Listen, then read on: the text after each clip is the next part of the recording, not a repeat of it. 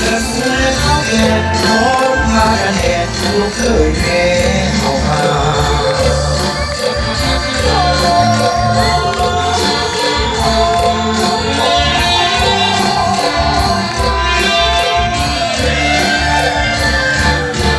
เจ้าบ่าวแต่งกายใส่เสื้อสีไทยนุ่งเสื้อลายเรียงแดงเจ้าสาววันนี้ใส่ชุดสีแด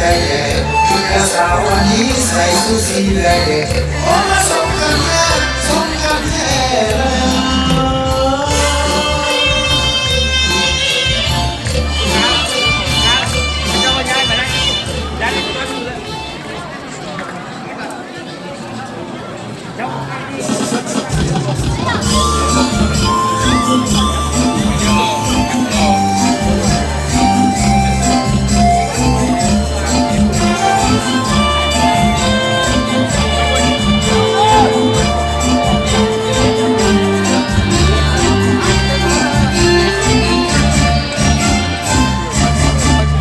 แผ่นดินน้ำแสงน้ำแดงยอมมาตาแล้วผู้อาหารยังมีสาวสวยงามเหลือเกินแม่เดินให้ทหารธนาคารทั่วหน้ามาแวะยามสาวเสื่อมความมาแวะเดินกันจังหวะมาให้พื้นที่เก็บเก็บใส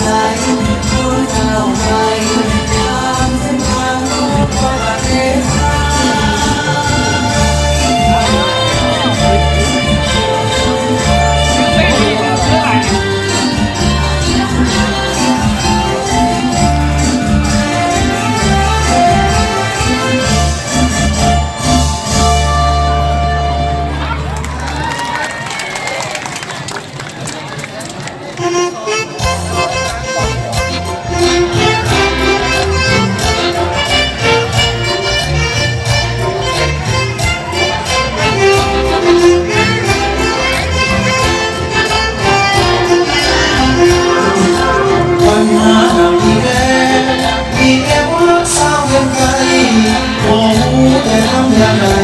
สาวเป็นไก่น้ำน้ำดี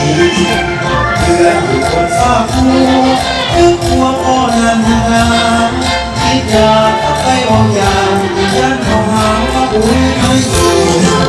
คิดอยากบอกกับน้องเป็นเนื้อของอายสุดหัวใจคิดอยากข้าหัวเข้าไปวงบอยของสูงเพียงคิดอยู่หลายคืนหลายวันเป็นน้องการก็ตะวันให้แล้วเราจะทำอย่างไรโอ้ที่ได้จะรอดก็เป็นหา